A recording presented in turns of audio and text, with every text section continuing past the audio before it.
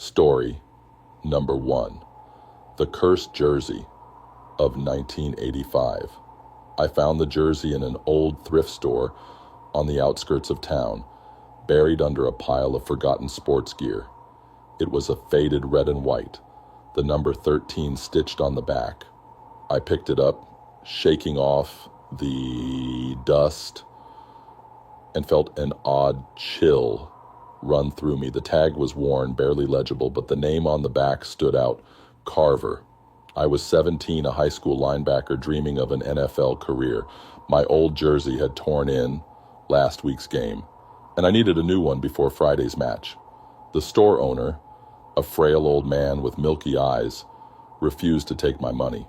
He simply shook his head and muttered, "It's already yours. Just don't wear it under the lights."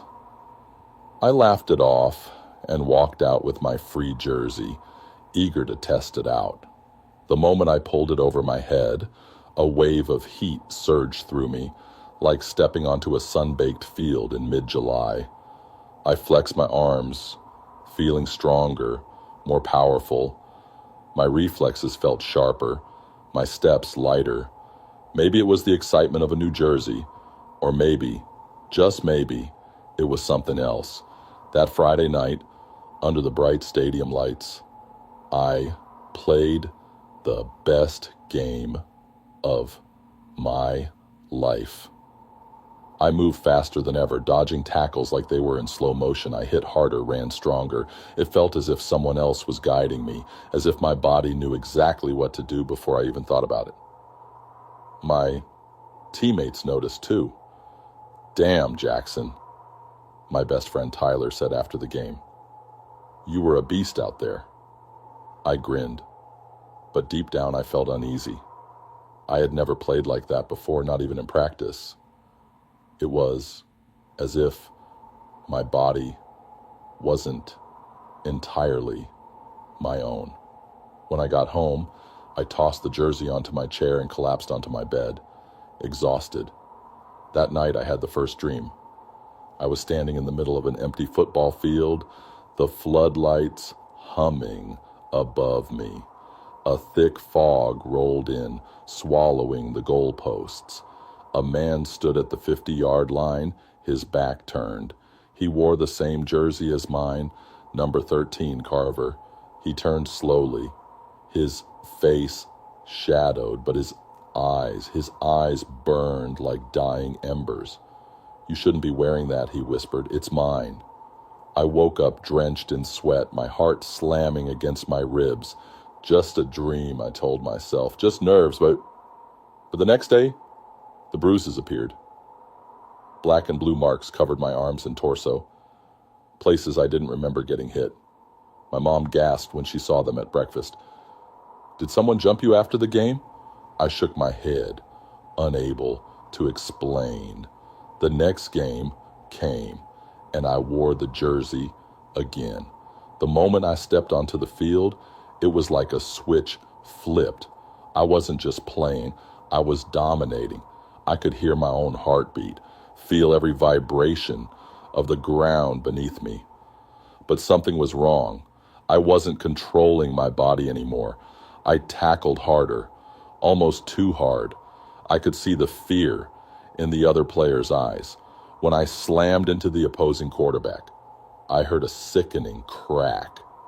He didn't get up. The crowd fell silent. The paramedics rushed in. My hands trembled as I backed away. I had hit plenty of players before, but never like that. Never enough to break bones. The coach pulled me aside, his face pale. "What the hell was that, Jackson?" I didn't have an answer. That night, the dream returned. This time Carver was closer. His voice was colder. "You're taking what's mine." I tore the jersey off my chair and shoved it in my closet. I wasn't going to wear it again, but then practice came, and I felt weak, sluggish. My body felt like lead. Without the jersey, I was back to being just an average player. I needed it. I pulled it on for the next game, and the power rushed back. But so did Carver. He wasn't just in my dreams anymore.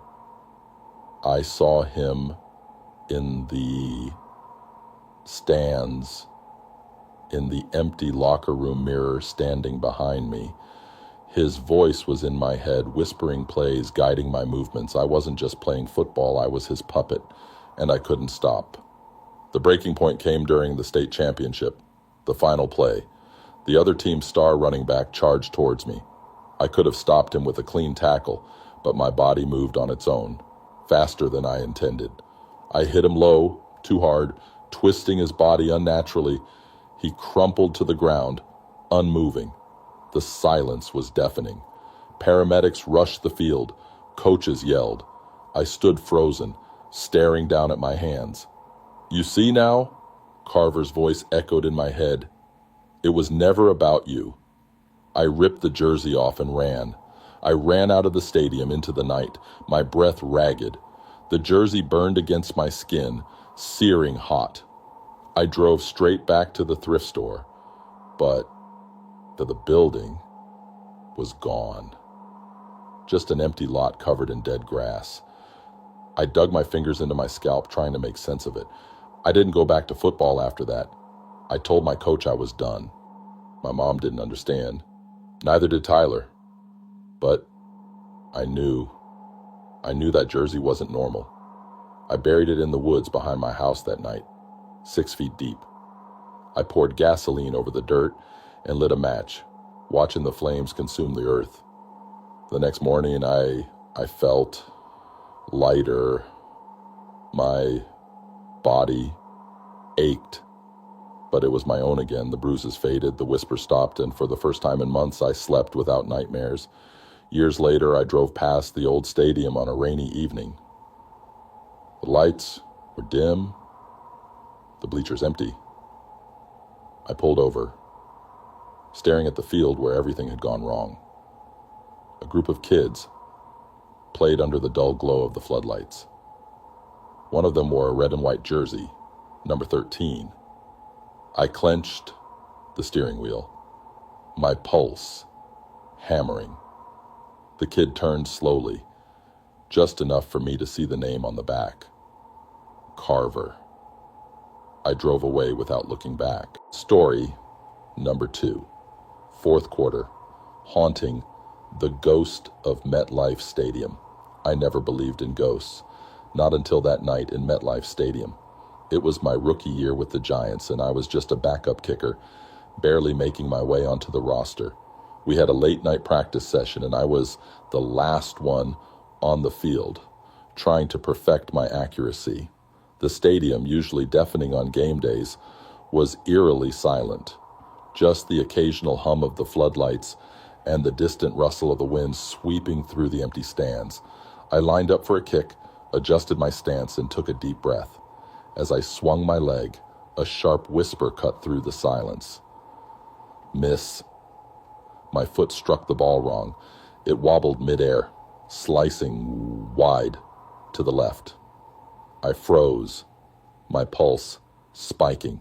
I turned, expecting to see one of my teammates messing with me, but there was no one. Just rows of empty seats and the towering structure of the stadium looming over me. I shook it off, lined up again. Another deep breath. I kicked. "Miss!" The voice was closer. The ball hooked right. My heart pounded. I spun around, scanning the field. Nothing, but something felt off. The air was heavier, the shadows in the stands deeper than they should have been. I forced myself to ignore it. I wasn't about to get scared off by my own imagination. I retrieved the football and set up one last kick. This time, I didn't hesitate. My foot connected perfectly, sending the ball sailing through the uprights. Relief flooded me until I heard it, clapping, slow, mocking, coming from the stands. I turned sharply, eyes darting toward the source of the sound.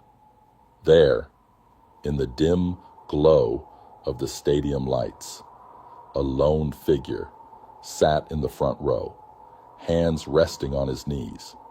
He was wearing an old Giants jersey, faded and tattered, number 32. His head was slightly tilted, and though I couldn't see his face clearly, I felt his gaze locked onto me. Every hair on my body stood up. I took a step back. "Hey, who the hell are you?" My voice echoed through the empty stadium. No response. The figure just sat there motionless. I grabbed my water bottle and jogged towards the tunnel. Screw this. I'd tell security someone was in the stadium after hours. But as I reached the edge of the field, a voice, low and guttural, cut through the air. It's not turned. The seat was empty. I left the stadium without telling anyone. Maybe I was just overtired. Maybe it was a prank, but that night I barely slept. My mind replayed that moment over and over. The whisper, the clap-in, the empty seat. I told myself I wouldn't let it get to me. But then, the nightmares started. I was back on the field, alone, the floodlights flickering. The stadium was filled with a ghostly crowd. Their faces blurred, their voices an eerie hum. And standing at the 50-yard line was the figure in the number 32 jersey. Only this time, I could see his face, or what was left of it. Half of it was missing, like it had been crushed under something heavy. His jaw hung loose, and his one remaining eye burned into me. He lifted a shattered helmet, his fingers barely holding it together. "It's your turn." I'd wake up drenched in sweat every time. My game started slipping. My kicks, once automatic, started going off course. The coaches noticed. My teammates noticed. "You good, man?" My roommate, Darnell, asked after practice one day. I nodded, forcing a smile. "Yeah, just tired." He didn't look convinced. "Well, get your head straight. We need you Sunday." Sunday, game day. It was a night game, prime time. The stadium was packed, roaring, but as I stepped onto the field for my first attempt, my stomach twisted. The air felt wrong, charged with something I couldn't name. I looked into the stands, and my breath caught. Front row, section 105, number 32, staring at me. I swallowed hard and turned back to focus. I lined up, took a breath, and kicked. The ball veered wildly to the right, slamming into the post. The crowd groaned. I cursed under my breath, my hands shaking. The next quarter, another attempt, another miss, and then the fourth quarter tie game. 3 seconds left. We were on the 30-yard line. I had one shot to win it. I stepped onto the field, my heart hammering against my ribs. I could feel him watching me. I didn't want to look, but I had to. He wasn't in the stands anymore. He was on the sideline, right behind my coach. My vision blurred. The air around me grew thick. The crowd noise dulled. I could only hear one thing. Miss. I kicked, and for a brief second I thought I had made it. The ball sailed straight, cutting through the air. Then it curved, sharp, like an invisible hand had swatted it aside. It hit the post and bounced back onto the field. Game over. We lost. I stood there, frozen. My teammates cursed, patted my back, walked off, but I couldn't move. My eyes locked on the sideline. He was still there, smiling. I quit football that week. Told the coach my head wasn't in it anymore. I packed up and left the city, trying to outrun whatever I had brought upon myself. But even now, years later, I still see him sometimes in my dreams, in the corner of my vision when I pass the stadium on TV. Number 32, still waiting for me to step back on the field. Story number 3, The Play That Killed Me, 1999. It started with a tape. I was cleaning out my dad's old storage unit when I found it, tucked inside a dusty cardboard box labeled 1999A VHS tape with no markings except a small sticker on the side. Last game. I should have ignored it. I should have just tossed it in the pile of junk to be thrown away. But something about it, it felt personal, like it was meant for me to find. So I took it home, dug out an old player from the attic, and fed the tape inside. The static flickered before settling into grainy footage of a football game. The field was muddy, the stadium lights buzzing with a sickly yellow glow. I squinted at the jerseys. The team in white looked familiar. Then it hit me. That was my team. I leaned forward, my breath caught in my throat. The footage was old, sure, but I remembered that season. 1999, my senior year of high school. I played wide receiver for Northwood High, a small-town team that never made it far but played hard, but I didn't remember this game. The scoreboard showed the fourth quarter, Northwood 17, Riverview 20. Just a few seconds left. The camera panned over the field, and my stomach twisted into knots. I was there. I was on the field. I watched myself line up, my stance familiar, even through the grainy footage. The quarterback called the play. I took off down the field, fast, cutting past the defender. I saw myself leap, arms outstretched, hands wrapping around the ball. Touchdown. The crowd erupted, and then I fell. I didn't get up. The camera zoomed in. I was lying motionless in the end zone. My teammates rushed over, waving for help. The paramedics came. The screen crackled with static, and then the footage cut out. I hit rewind, my heart pounding, played it again. Same result. The touchdown, the fall, the lifeless body in the end zone. But I didn't die in high school. I was here, alive, watching this damn tape in my living room. My hands shook as I ejected the VHS. I needed answers. I called my old coach first, but he didn't pick up. So I drove, back to my hometown, back to Northwood High. The school looked smaller than I remembered, the paint on the bleachers peeling, the field worn down by decades of games. I found Coach Roberts in his office, gray-haired and tired-looking, but still the same tough man I remembered. When I told him about the tape, his face drained of color. "Son," he said, voice low, "we never played that game." I felt cold all over. "What do you mean?" He sighed, rubbing his temple. The season ended early that year. Snowstorm wiped out the last game. We never played Riverview. I left his office in a daze, the world tilting beneath me. If the game never happened to bet, what the hell was on that tape? That night, I checked the recording again, hoping I had imagined it. But it was worse. The footage had changed. The camera wasn't at a distance anymore, it was closer. Too close. Like someone had walked onto the field with the lens pointed right at my face.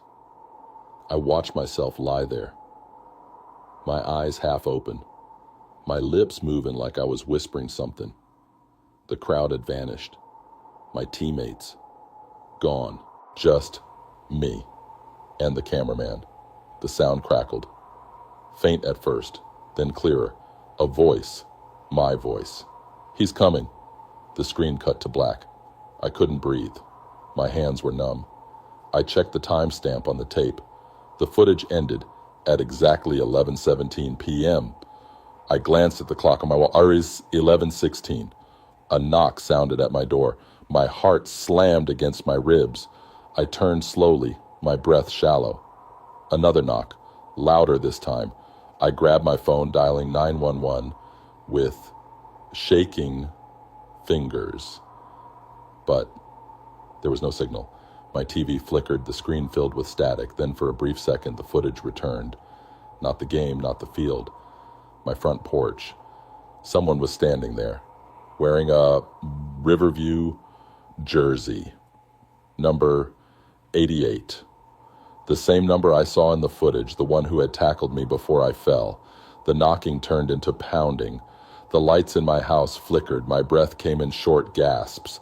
I stumbled back, my mind screaming at me to run, to do something, but my body wouldn't move. And then, silence. The lights stopped flickering. The knocking ceased. I stood there for what felt like hours before I finally gathered the courage to approach the door. My fingers trembled as I turned the knob, expecting something, anything, to be there. Nothing. The porch was empty. The street was quiet. But on the ground, right in front of my door, was a VHS tape, identical to the first. I picked it up with a shaking hand, staring at the label. This one had a marking. Next game. I didn't bring it inside. I didn't watch it. I took that tape and drove straight to the river, throwing it as far as I could into the black water. I moved out of town the next morning. I left behind my job, my apartment, everything. I don't tell people why I left. I don't tell them about the tape, the game that never happened, the ghost that came knocking. I just know one thing. I never played that game in 1999, but somehow it played me. Story number 4. The Phantom Coach of Lambeau Field. Lambeau Field has always had an energy to it, something electric beyond the roar of the crowd. You feel it in your bones when you step onto that frozen grass. Some say it's just the legacy of the Green Bay Packers, but I know better. There's something else there. Something older. Something waiting. I was a rookie backup quarterback, fresh off the draft, trying to find my place in the league. The veterans barely acknowledged me, and the coaches had little interest in wasting time on a third stringer. I spent more hours on the practice field than anywhere else, running drills long after everyone else had gone home. That's how it started. One night, after an exhausting solo practice, I was packing up when I heard the whistle, a sharp, authoritative tweet that cut through the silence of the empty stadium. I turned, expecting to see one of the coaching staff, but the field was deserted. The locker room entrance was closed, the stadium lights casting long, eerie shadows across the turf. Then another whistle, followed by a voice. Run it again. The voice was deep, commanding, with that old-school coach bark that made your spine straighten on instinct. I turned around fully, searching the dark stands. No one. The wind howled through the rafters, but I knew what I had heard. I should have left right then, but something made me stay. Maybe it was the desperation to prove myself, to be ready in case my number was ever called. Or maybe it was something else. I lined up, imagining the play, and ran through the motions. Footwork, drop back, release, a perfect spiral. The ball hit the net cleanly. As soon as it landed, the whistle blew again. Better, again. My chest tightened. The air felt heavier. I turned slowly, and that's when I saw him. Standing near the 50-yard line was a man, hands behind his back, wearing an old Packers jacket, the kind you don't see anymore, the kind with the faded G patch on the breast. He was built like an old-school coach, broad shoulders, stiff stance, a presence that demanded respect. His face was shadowed beneath the brim of a cap, but I could feel his eyes on me. I swallowed hard. "Who are you?" He didn't answer, just nodded at the ball. Again. I should have walked away. I should have run, but I didn't. I lined up and threw another pass. The moment the ball hit the target, I heard him again. Step into it more. I adjusted, ran the drill again, and again. Every time, he gave me corrections, short commands that somehow made my mechanics sharper, my movement cleaner. My arm burned, my legs ached, but I didn't stop. I wanted to impress him, to prove myself. After what felt like hours, I bent over, gasping for air. When I looked up, he was gone. I barely slept that night, my mind replaying the strange session. The next day, I told one of the assistant coaches about it. He frowned, looking me over like I was crazy. No one's here that late, except the janitors. Security would have picked up any movement. I let it go. But the next night, I went back, and he was waiting. Over the next few weeks, the sessions became a routine. He pushed me harder than any coach I had ever had. Footwork, reads, accuracy. He drilled me on everything. And I listened. He never told me his name, never spoke about anything outside of football. But I could feel his knowledge, his authority. He knew the game better than anyone I met. And under his guidance, I got better, a lot better. It wasn't long before the coaches noticed. They started giving me more reps in practice, throwing me into tougher drills. My passes were sharper, my confidence higher. The starting quarterback even joked, "Damn, rookie, you selling your soul for that arm?" The thought made my stomach twist. One night, after an especially grueling session, I finally got up the nerve to ask him, "Who are you?" He stood still for a long time. Then he sighed, the kind of heavy, exhausted sigh that seemed to carry decades. "I used to coach here," he said finally. "A long time ago." Something in my chest tightened. "What happened?" He turned his head slightly, just enough that I could finally see part of his face.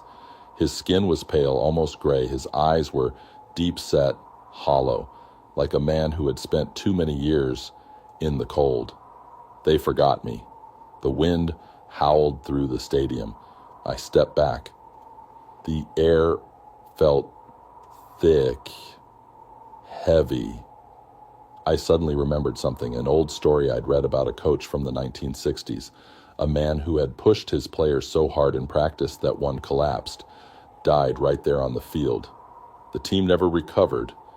He was forced to resign, vanished from the public eye. Some say he never left. I swallowed hard. "You're him." His gaze locked onto mine. "They may have erased me, but I'm still here." My breath turned to ice in my lungs. The stadium lights flickered. The field felt too big, too empty. My legs screamed at me to run, but my body wouldn't move. He took a step forward. "You have one more lesson to learn." I turned and ran. My cleats pounded against the turf, my breath ragged. I didn't stop until I was in my car, the stadium shrinking behind me in the rearview mirror. I didn't sleep that night, didn't go back the next, or the one after that. I started missing throws in practice. My confidence wavered. It was like something had been taken from me, something I had no right to have in the first place. The coaches noticed. I was slipping down the depth chart. I knew what I had to do. So one last time, I returned. He was waiting, standing at midfield like always.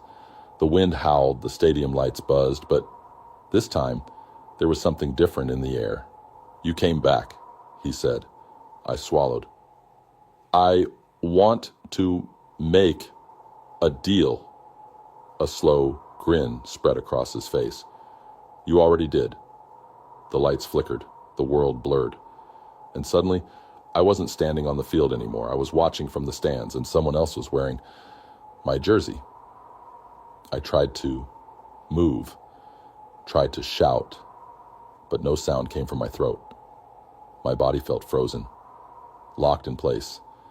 Down on the field, the player, my replacement, dropped back, wound up, and fired a perfect spiral. The phantom coach stood beside him, nodding in approval. I wanted to scream, to run, but I knew it was too late. I was forgotten, and he had found someone new. Story number 5. Blood on the Turf. The Forgotten Super Bowl. The first time I heard about it, I thought it was a joke. Some urban legend passed around by old players with nothing better to do than scare rookies. Super Bowl 13, the game that was erased from history. I was in my third year as an analyst when I stumbled across it. My job was simple: dig up old footage for an NFL documentary. But when I came across a gap, an entire Super Bowl missing from the archives, I got curious. Every record, every article, every official statement said the same thing. Super Bowl 13 was played as expected. Steelers versus Cowboys, no issues. But the deeper I looked, the more I found little inconsistencies. Missing game tapes, conflicting eyewitness accounts, and most unsettling of all, a handful of former players who refused to speak about it at all. Then I found the tape. It was buried in the basement of an old media storage facility, stuffed inside an unmarked reel canister. The label was handwritten, faded, SB13, do not view. My hands were sweating when I loaded it into the old projector. The footage flickered to life, black and white, grainy, but clear enough to see the packed stadium, the roaring fans. Everything looked normal at first. Then I noticed something wrong. The scoreboard wasn't right. The names weren't teams I recognized. And the date at the bottom, February 4th, 1979, wasn't the official date of Super Bowl 13. I turned up the volume. The announcers sounded off. Their voices were strained, urgent. "We have a developing situation on the field," one of them muttered. The camera panned to the 50-yard line, where players from both teams were frozen in place, not celebrating, not moving, just standing, their helmets tilted slightly, as if they were listening to something. And then, all at once, they dropped. Not like tackles, like puppets with their strings cut. The crowd noise cut out completely. The only sound was the crackling of the old film reel. The camera zoomed in on one of the fallen players. His body twitched. His fingers clawed at the turf like he was trying to grip something that wasn't there. And then, slowly, his head turned right toward the camera. I don't know how to describe what I saw. His eyes were gone. Not just blackened, not just closed, gone. The sockets gaped empty, hollow, like something had scooped them out. Blood pooled under him, soaking the turf in a way that looked wrong, too dark, too thick. The footage shook violently. The camera operators must have been running, because the angle spun wildly. Coaches, referees, even fans in the stands, all of them collapsed, their bodies convulsing. The scoreboard flickered, the numbers shifting into something unreadable. And just before the film cut out completely, a voice whispered through the static. It was never supposed to be seen. I yanked the reel out of the projector, my breathing ragged. My entire body felt ice cold. This had to be fake, right? Some kind of hoax. But then why was the footage hidden? Why did every record erase this game from history? I spent the next few weeks tracking down anyone who might have been there. Most hung up immediately. A few muttered that they didn't remember, but their voices trembled. One man, a retired equipment manager, listened in silence as I described what I saw. When I finished, there was a long pause before he whispered, "Burn the tape." I asked him why. He just hung up. That night, I dreamed about the footage, the empty-eyed player staring at me, the way his lips moved, forming words I couldn't hear. When I woke up, my TV was on, static filling the screen. My chest felt tight, like someone was pressing down on me. I couldn't shake the feeling that something was watching me. I decided to destroy the tape. Whatever it was, whatever had happened that night, I didn't want to be part of it anymore. I drove out to an empty field, poured gasoline over the reel, and lit a match. The flames swallowed it fast, but just as the last of the film curled and blackened, I heard it. That same whisper from the footage. It was never supposed to be seen. I spun around, my pulse hammering. No one was there, just the wind howling through the empty field. I left that night. I quit my job. I moved across the country. I deleted every file, every note I had about Super Bowl 13. But sometimes, when I'm watching a game, I'll see something in the background. A shadow that moves too fast. A flicker on the scoreboard that disappears before anyone notices. I try to ignore it. I tell myself it's just my mind playing tricks on me. But I know better. Some games should never be remembered. Story number 6. The Stadium That Eats People, 2020. I didn't believe the stories at first. An abandoned stadium swallowing people whole. It sounded like some internet creepypasta, the kind of thing people made up to get clicks. But then my brother disappeared. It was December 2020, right in the middle of the pandemic. My brother Leo was a construction worker hired to help tear down the old Mercer Stadium in Ohio. The place had been empty for years, closed after a sinkhole had opened up in the west end zone. No teams played there anymore, no fans, just a decaying relic of what used to be Friday night lights and roaring crowds. Leo and I talked almost every day, but one evening he stopped replying. No calls, no messages. I assumed he was just busy. Then his foreman called me asking if I had seen him. Leo had clocked in that morning, gone into the stadium with the crew, but when they did roll call at the end of the shift, he was gone. His truck was still in the lot, his tools left in the locker. No one saw him leave. He just vanished. I drove to the stadium that night. The place was surrounded by chain link fences, warning signs plastered everywhere. Danger, unsafe structure, do not enter. That didn't stop me. I slipped through a gap in the fence and stepped onto the field. The air felt wrong, heavy, the kind of silence that makes your ears ring.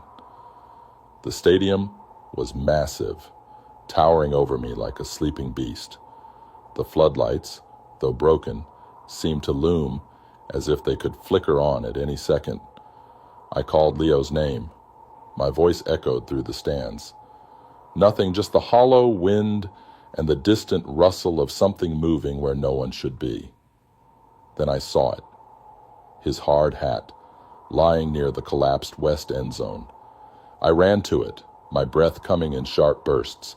The ground felt soft, almost alive beneath my feet. I crouched down, picking up the hat. The inside was warm, like someone had just worn it. But the dirt around it was undisturbed. No footprints, no drag marks. It was like he had been lifted off the ground. I took a step back and the earth beneath me groaned. Something shifted. The ground moved, not like an earthquake, not like the unstable foundation the city claimed had shut this place down. It was more like breathing. Slow, deliberate inhale. And then the sound started. It came from deep inside the tunnels beneath the stadium, a low, guttural noise like metal scraping against bone. I wanted to believe it was just wind, just the old pipes groaning. But then I heard something else, whispers, dozens of them, too low to make out the words, but enough to send ice down my spine. I wasn't alone. I turned to run, but the entrance I had come through was gone. The tunnel I had walked past before was now just concrete wall. My pulse pounded in my ears. I scrambled toward the nearest exit, but the more I moved, the more the stadium seemed to shift. Bleachers stretched higher. Hallways lengthened. Doors that had been open were now sealed shut. It was changing, rearranging. I was in its belly now. I ran down a hallway, my phone flashlight barely cutting through the darkness. Every shadow, felt like it was reaching for me. My breathing was ragged. Then I saw it, a staircase leading up to the announcer's booth. I bolted for it, taking the steps two at a time. If I could get high enough, maybe I'd see a way out. I reached the booth and slammed the door behind me. The window overlooked the entire field, a view meant for play-by-play calls and halftime shows. But the field wasn't empty anymore.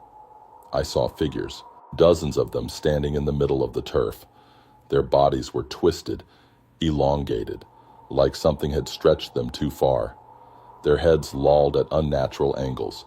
Jerseys, construction uniforms, referee stripes, different eras, different times. Their faces were gone. My stomach twisted. I recognized some of them. Old players from the stadium's glory days. Their photographs still hanging in the halls. The foreman who had called me about Leo. And in the center of them all, Leo. He stood unmoving, his eyes hollow pits of darkness, his mouth opened, but no sound came out. Then as one, all of them turned to look at me. The press box trembled, the walls groaned, the glass cracked. I stumbled backward as the floor beneath me caved in, sending me plummeting through darkness. I landed hard. The wind knocked from my lungs. Dirt filled my mouth. The air was thick, suffocating. I tried to push myself up, but something wrapped around my ankle. Hands, cold, clammy hands shot up from the ground, grasping, clawing. I kicked, screamed, fought. They pulled me deeper. My nails scraped against the floor. But there was no solid ground anymore, only endless, hungry earth. Then I saw it, not a sinkhole, not an unstable foundation, a mouth. The ground itself split open, lined with jagged rows of something that wasn't quite teeth. And beneath it, endless darkness, pulsing like a living thing. It wasn't a stadium anymore. It was feeding. I did the only thing I could. I reached for my pocket knife and slashed at the hands gripping me. The moment the blade touched them, they recoiled, shrieking. I scrambled upward, clawing my way to the surface. The tunnel twisted around me, but I kept going, dragging myself forward until I hit something solid, concrete, the locker room. I gasped for air and stumbled forward, half crawling, half running. The walls trembled behind me. The whispers rose into a wailing scream. The door to the field was right there. I didn't think. I threw myself at it, bursting out into the cold night. Silence. The stadium was still. The air normal. The field empty. Leo was gone. They were all gone. I don't remember leaving. I just remember getting in my car, driving until the sun came up. When I went back the next day with the police, Mercer Stadium was gone. Not just condemned, gone. The field was flat, undisturbed, like no stadium had ever been there at all. No record of it, no news of the demolition. Just an empty lot where something should have been, where something had been. Leo was never found. No missing persons reports, no mentions in the papers. It was like he had never existed. Like none of them had. I don't tell people about that night. I don't go near old stadiums. But sometimes, when I pass an empty field, I feel it.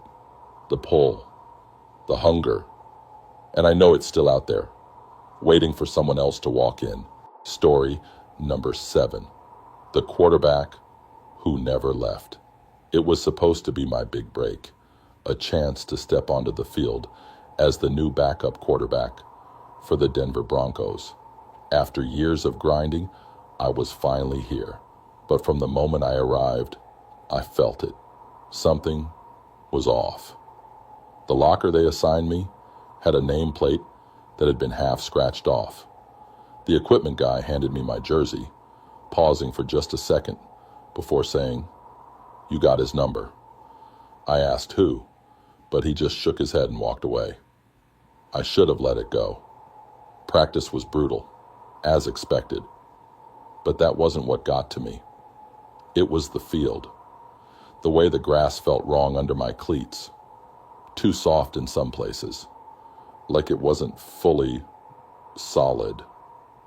And the way the air smelled, not like turf and sweat, but something older, something stale. And then there were the whispers. It started small, and the first time I heard them, I thought it was just my imagination, a stray voice in the wind as I jogged to the huddle. But then I started hearing my name, not from my teammates, not from the coaches, from the empty stands. I told myself I was just tired. I kept my head down, focused on my game, but I couldn't ignore the way the team looked at me, the way some of them would glance at my jersey, then at each other, like they knew something I didn't. It all came to a head after one late-night practice. The starters had already left, and I was running extra reps, trying to get my timing right. The stadium was nearly empty, the floodlights casting long shadows. I was about to wrap up when I noticed someone standing near the tunnel. He was wearing a Broncos jersey. Number 14. My number. I couldn't see his face clearly, but he was watching me, just standing there, arms crossed. I waved. He didn't move. Just as I was about to call out, my foot slipped. I hit the ground hard. The breath knocked from my lungs. By the time I looked up, he was gone. I laughed it off at first. Rookie nerves. Maybe a staff member messing with me. But when I walked into the locker room, my nameplate had been scratched off even more. Like someone didn't want me there. That night, I looked up the history of the team. I don't know what I was expecting, but when I found it, my skin went cold. A quarterback had worn my number before. Back in 1994, his name was Jamison Carter. He was a rising star set to take over as the franchise quarterback, but during a practice, he collapsed on the field. No cause of death, no pre-existing conditions. 1 second, he was fine. The next, gone. I didn't sleep that night. Every time I closed my eyes, I saw that figure standing by the tunnel, wearing my jersey. I told myself it was just a coincidence. Numbers get recycled. It didn't mean anything. But then the dreams started. I was back on the field. The stadium was empty. Fog rolled across the turf, thick and heavy. And in the middle of it stood Jamison Carter. His jersey was torn, his skin pale, his eyes empty. But he wasn't staring at me. He was staring through me. He didn't speak, just pointed at the sky. I followed his gaze and saw the scoreboard flickering. The numbers changed, shifting wildly until they settled on 1994. I woke up, drenched in sweat. I tried to shake it off, but the feeling clung to me. At practice, my throws were off. My legs felt sluggish. The air around me felt heavier, thicker, like I was running through something invisible. Then, during a drill, I heard it, clear as day, a voice right behind me. "You don't belong here." I spun around. No one was there, but my teammates had stopped moving. They were staring at me like they'd seen a ghost. "You okay, man?" one of them asked. I nodded. I didn't tell them the truth. I didn't tell them that I had felt something brush past me, something ice cold. That night, I tried to quit. I told the coach I wasn't feeling well, that I needed some time. He just sighed and nodded. "Figured it'd happen. Never sticks." "What do you mean?" I asked. He hesitated, then said, "You're the third guy we've given that locker to. The third, number 14. None of them lasted the season." I packed my bags. I was done. But before I could leave, I had to see it one last time. The field. I had to know if it was just my mind playing tricks on me. I walked out under the empty stadium lights. The field was silent. Still. But as I turned toward the tunnel, my blood ran cold. Jamison Carter was standing at midfield. This time I saw him clearly. His face was sunken, his skin stretched too tight over his bones. His lips moved, but no sound came out. Then he lifted his arm and pointed at me. My chest seized. I tried to move, but my body wouldn't listen. My vision blurred, the lights flickering. The turf beneath me felt soft, too soft. I was sinking into the ground, into something cold, something deep. Then, just as suddenly, I was free. The stadium was empty again. Carter was gone, but something was different. I looked down at my jersey. The number was gone, just a blank space where it should have been. I ran. I didn't stop until I was out of the stadium, out of the city. I never played football again. A few months later, I checked the roster. They had reassigned number 14 to a new guy, rookie, eager, just like I had been. I don't know what happened to him. I don't want to know. Some quarterbacks never leave, and some of us never should have stepped onto the field at all. Story number 8, Huddle of the Damned. I had never played in a game like that before. No one had. It was a freak occurrence, they said. The fog rolled in too thick, too fast, swallowing the field, muting the roar of the crowd. The air was heavy, almost damp, the kind of cold that sank into your bones. By the time the third quarter ended, you could barely see the goalposts. But the refs didn't call it. They should have. God, they should have. I played linebacker, and that night, I was sharper than ever. Every tackle, every read, I was locked in. But something wasn't right. The fog had weight to it, like it was pressing down on us. The play clock on the scoreboard flickered. The crowd's cheers faded into a distant hum, like we were playing in a stadium buried underwater. Then it happened. Fourth quarter. Tie game. The other team had the ball. Midfield. They called a timeout, and as I jogged back to our huddle, I realized something was wrong. Our quarterback was staring past us, past the field, into the fog. His face was pale, lips slightly parted. He looked lost. "You good, man?" I asked. He blinked like he was waking up from a dream. He didn't answer. The play was called. We lined up. The snap came, and everything slowed. I charged forward, but my legs felt heavy, like I was running through water. The quarterback rolled out, looking for a receiver. The fog thickened. I lost sight of the wideouts of my teammates. The whole field shrank to just me and him. Then I saw the shadows.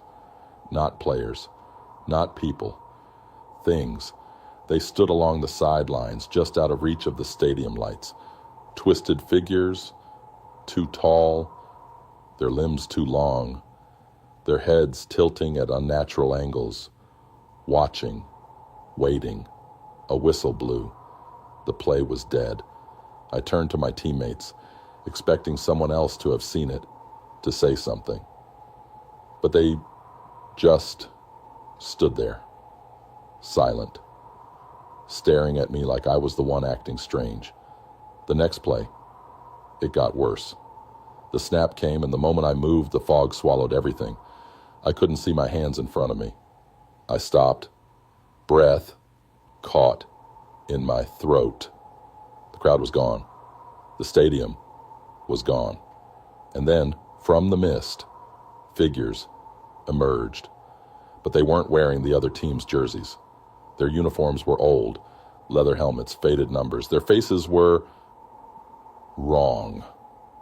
Hollow eyes, mouths too wide, twisted into expressions of rage and agony. I turned to run, but my feet wouldn't move.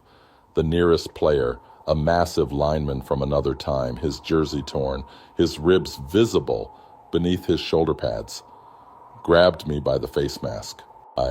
You don't belong here. The words rattled inside my skull, not spoken, but forced into my mind. My knees buckled. I felt the weight of them all around me, a huddle of bodies pressing in, suffocating. The game hadn't stopped. It had just changed, and I wasn't supposed to be part of it. Then, just as suddenly as it had started, it was over. The fog thinned, the field returned, the lights flickered back to full brightness. My teammates were running down the field, the crowd screaming. The play had continued without me. I stumbled to the sideline. No one said anything. No one asked where I had been, why I hadn't moved.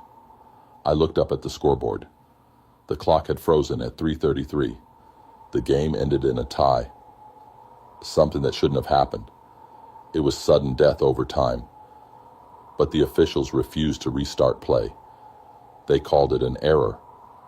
We were sent to the locker rooms, told to forget it, move on. But I couldn't. That night, I looked up the history of the stadium. It had been rebuilt twice. The original structure burned down in 1949. An accident, they claimed. The second collapsed in 1973. Players had died. Coaches had died, and yet the games always continued. I don't know what I stepped into that night. I don't know why they let me leave. But I never played again. Because I know some huddles never break. Story number 9. The Whispering Locker Room, 1983. It started as a simple assignment. Covering the history of old stadiums wasn't exactly exciting journalism, but I took the job anyway. The story was supposed to be about the renovation of an old high school football stadium in Texas, a place that hadn't been used in decades. The school shut down in 1983 after a fire gutted half the building, and since then, the field and locker rooms had been abandoned. When I arrived, the structure was still standing barely. The air smelled like mildew and rust, the walls covered in graffiti. The stadium itself looked eerily intact, like the game had just ended, and everyone walked away. The grass was overgrown, but the goalposts were still there. The bleachers sat empty, holding only the weight of dust and time. I found the locker room entrance half buried in debris. The door creaked as I pushed it open. The smell hit me first, stale sweat, damp wood, something else I couldn't place, the kind of scent that lingers long after people are gone. My flashlight cut through the darkness, revealing rows of rusted lockers, peeling paint, and broken benches. Then I heard a whisper. I froze. The sound was faint, like wind slipping through a crack in the walls, but there was no wind. The air was dead still. I told myself it was nothing, just the sound of an old building settling. But as I took another step, I heard it again, clearer this time. Words I couldn't quite make out. I swept the light over the lockers. Nothing. My heart pounded. I wasn't supposed to be here alone. The construction crew wasn't coming until the morning. I had planned to get a few pictures, take some notes, and leave, but now something felt wrong. I stepped forward, and the whispers stopped. Silence pressed in, thick and suffocating. Then, just as I reached the last row of lockers, every single door slammed shut at once. The noise was deafening. I stumbled back, my flashlight shaking. My breath came in short gasps. The lockers stood still again, as if they had never moved. My gut told me to leave, but my hands acted on their own, reaching for one of the locker doors. It was rusted shut, but I yanked harder, the metal groaning as it gave way. Inside, something was waiting. A single football jersey, faded and torn, hung from a rusted hook. The number 12. Below it, a pair of cleats covered in dried mud. A smell drifted out, earthy, metallic, like old blood. I pulled back, my fingers trembling. That whisper came again, right next to my ear this time. He never left. I spun around. No one was there. My pulse pounded against my skull.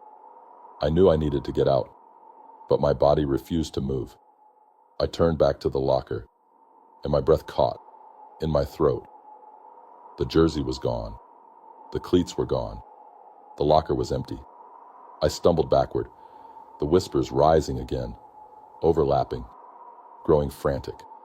They came from everywhere, from the walls, from the floor, from inside my own head. He never left. The door behind me slammed shut. My flashlight flickered. A shadow moved at the far end of the room, stepping out from the corner, where my light didn't reach. A boy. He was tall, wearing a vintage third football uniform. His helmet hung from his fingers, his cleats leaving damp footprints on the floor. His face was obscured by darkness, but I could feel his stare digging into me. I wanted to speak, but my throat was dry. My body screamed at me to run, but my legs felt rooted to the ground. The boy tilted his head, as if confused. Then he whispered something I barely caught.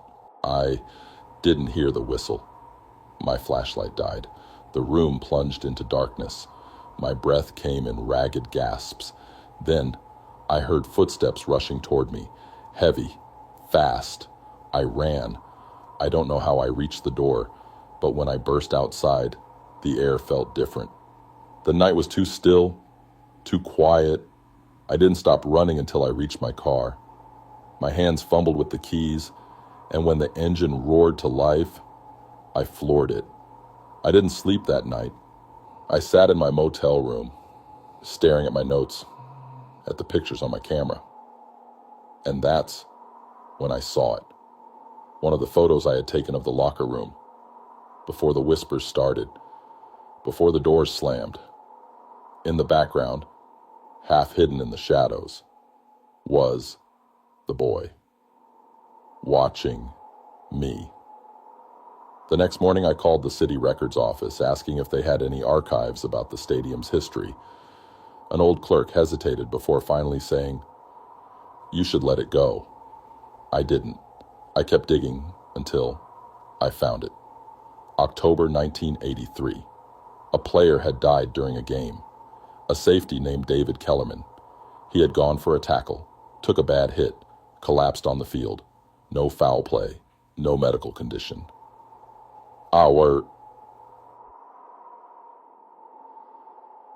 The official report said the whistle blew, signaling the end of the play, but David never got up. The school held a vigil, then closed its doors 2 months later. I drove back to the stadium one last time just to see it in the daylight. The locker room door hung open, the air inside cold, stale.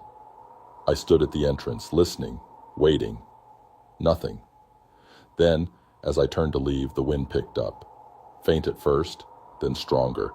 And in that gust, I swore I heard it again. The whistle, long, sharp, calling the game dead. I never went back. Story number 10. The rookie's nightmare. I came into the league, ready to prove myself. A rookie tight end, fresh off a strong college season, drafted by New Orleans. I was hungry, desperate to make a name for myself. I thought I knew what pressure was. I thought I had faced fear before, but nothing prepared me for what happened in that locker room. The veterans had warned me about the initiation. Every rookie goes through it, they said. Nothing too bad, just part of earning your place. I expected pranks, maybe a little hazing, but the way they said it, the way they looked at me, almost nervous, made my skin crawl. The night before our first preseason game, I was the last one in the locker room. Most of the guys had already left. My hands trembled as I taped my wrists, nerves setting in. I had to make an impression tomorrow. I had to be ready. Then the lights flickered. At first I thought nothing of it. Old stadium, faulty wiring. But then the temperature dropped. Not just a chill, but something deeper, seeping into my bones. The hairs on my arms stood up. I turned toward the door, about to grab my bag, when I heard it. Footsteps, not from the hallway, not from outside, from inside the locker room. I turned fast, my breath caught in my throat. The room was empty, just rows of lockers, jerseys hanging neatly, equipment stacked for tomorrow, but the footsteps kept coming. Slow, deliberate. I forced a laugh. All right, guys. Funny. Real funny. Silence. Then a whisper. Low, almost gentle. You're not ready. I felt something move behind me. I spun around, fists clenched, but no one was there. The door leading to the showers creaked open on its own, the sound echoing through the empty room. My heart pounded. I told myself it was just my imagination, just nerves messing with me. I grabbed my bag and turned toward the exit. The door slammed shut. I dropped my bag. My pulse was hammering now, every instinct screaming for me to run, but my legs wouldn't move. My breath clouded in the freezing air. Then, one by one, the lockers began to rattle, soft at first, then violently, banging like someone trapped inside was trying to break free. I stumbled backward, my mind racing. The whispers came again, closer this time. Not ready, not ready, not ready. My foot hit something, a helmet. I bent down, picking it up. It wasn't mine. It wasn't even from this season. The logo was old, the padding worn, the number etched on the back, scratched and faded. I turned it over in my hands, and that's when I saw it. Dried blood along the inside. A sharp, guttural breath sounded inches from my ear. A voice rasped, "You took my place." I dropped the helmet and bolted for the door, slamming my fists against it. It wouldn't budge.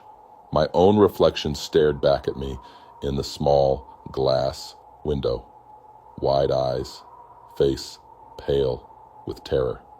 Then, slowly, another face appeared beside mine. Sunken eyes, hollow cheeks, a twisted mouth stretching into something between a snarl and a grin. I screamed and stumbled back. The figure moved closer, stepping fully into the dim light. He wore a Saints jersey, but it was old, decades out of date. The number on it was 87, my number. The air grew thick, heavy.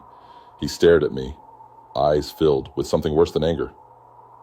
Regret. He took another step, and I saw his leg, twisted, bent at an impossible angle like it had been snapped in half. A jagged bone pushed through the fabric. He limped forward, his head tilting. You don't deserve it, Paul! I pressed against the lockers, my chest heaving. Who are you? My voice barely worked. He let out a hollow chuckle. You already know. And I did. I had seen his face before, long ago in old team photos. The forgotten rookie. The player who never got his shot because of a freak accident in practice. He had shattered his leg beyond repair. Never played again. Never made it past his first game. The air pressed against me like a weight, suffocating. He took another step forward, his foot dragging unnaturally. I was trapped. Nowhere to run. Then I remembered the helmet. I grabbed it and swung as hard as I could. The moment it connected, the locker room exploded into chaos. The lights blew out. The lockers slammed open and shut. The whispers turned into full-throated screams. The walls shook, and then silence. I gasped for air. The room was normal again. No figure, no blood. Just me, standing there, shaking, gripping a helmet that didn't exist anymore. I don't remember leaving.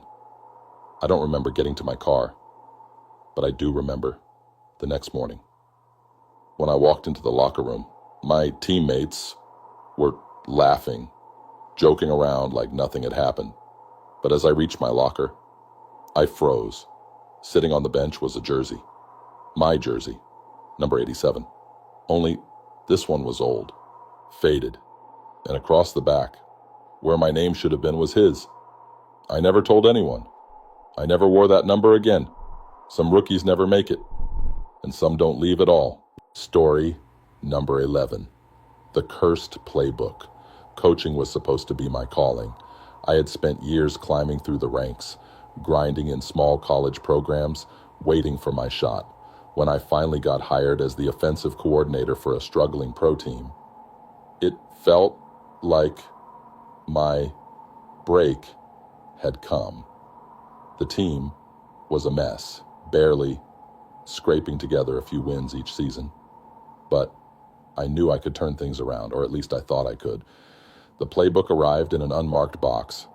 That should have been the first sign that something was off. The team's head coach had been let go suddenly, mid-season, and everything had been rushed. I assumed it was just old notes, leftover material from a past era. When I opened it, though, I realized this was different. The pages were yellowed, the edges frayed. The diagrams were unlike anything I had ever seen. Formations that made no logical sense, routes that doubled back on themselves. Some of the handwriting looked rushed, almost manic. Plays with strange names. Ghost Route, Reaper Sweep, The Dead Man's Audible. I should have thrown it away, but we were desperate. We had lost 5 straight games. The players were exhausted. Morale was dead, and I needed something, anything, to shake things up. So I studied the plays. I broke them down, tried to understand the strategy behind them. And the strangest part, they worked. The first time I called Ghost Route, our wide receiver found himself wide open with no defender in sight. He walked into the end zone, untouched. The next drive, we ran Reaper Sweep, and our running back cut through the defense like they weren't even there. It was like the other team didn't know how to react, like they couldn't see what we were doing. We won that game, and the next, and the next. The press started calling it a miracle turnaround. No one questioned it. No one asked where these plays had come from. The players didn't care. The owners were thrilled, but I started noticing things. The quarterback was the first one. After our 4th straight win, I found him sitting in the locker room long after everyone had left, staring at the floor. I asked him what was wrong, and he just shook his head. When I run the plays, he said, it's like I hear something, like someone's whispering the call before I say it. I laughed it off, told him it was just nerves. But then it happened again. One of our linemen went down during practice. No contact, just collapsed. When we checked the film, there was no explanation. He had lined up, gotten into position, and then his knee buckled, like something had taken him down. He was out for the season. I should have stopped, but we were winning. For the first time in my career, I felt like I had control, so I ignored the signs. I kept calling the plays. Then came the game against our biggest rival. 4th quarter, tie game. We had the ball, final drive. I reached for the playbook, flipping through the pages, my hands shaking. My fingers landed on a play I didn't remember seeing before. The Dead Man's Audible. The ink looked fresh, like it had been added recently. My gut twisted. Every instinct told me not to call it. But my mind, something in my mind told me I had to. My headset crackled. I thought I heard a voice, low and cold. Call it. I did. The moment the quarterback barked the audible, everything changed. The stadium lights dimmed for half a second, just enough to make the crowd murmur. The air turned heavy, thick, like a storm was coming. The ball was snapped. And then chaos. Our quarterback stepped back, but something was wrong. He wasn't moving right. His feet dragged like he was being held. The linemen didn't react, frozen in place. The wide receivers took off, but they weren't running the routes we had practiced. It was like they weren't in control anymore. Then the screaming started. One of our players collapsed, clutching his chest. Another grabbed his helmet like he was trying to rip it off. The ball was still in play, bouncing across the turf as the quarterback dropped to his knees, gasping for air. The other team didn't react. They stood there, staring, like they weren't seeing what we were seeing. The clock hit 0. The game was over. We had lost. But I wasn't thinking about that. I was thinking about the way my players lay sprawled across the field, like something had drained the life from them. I never called a play from that book again. After that night, I tried to get rid of it. I left it in my office, but every morning, it was back on my desk. I locked it in a cabinet, but somehow, it always found its way out. One night, I drove to a river outside town and threw it in. I watched it sink, bubbles rising to the surface. The next morning, it was waiting for me in the locker room. I quit coaching after that season. I walked away from everything, moved across the country. I never spoke to anyone from that team again. But sometimes, late at night, I hear it. A whisper calling the next play. If you enjoyed this story, don't forget to like the video and subscribe to the channel for more terrifying tales. And if you've ever had a horror experience of your own, share it in the comments below. We'd love to hear your story. Also, check out the videos appearing on the screen now for more chilling content. Thanks for watching, and stay safe, if you can.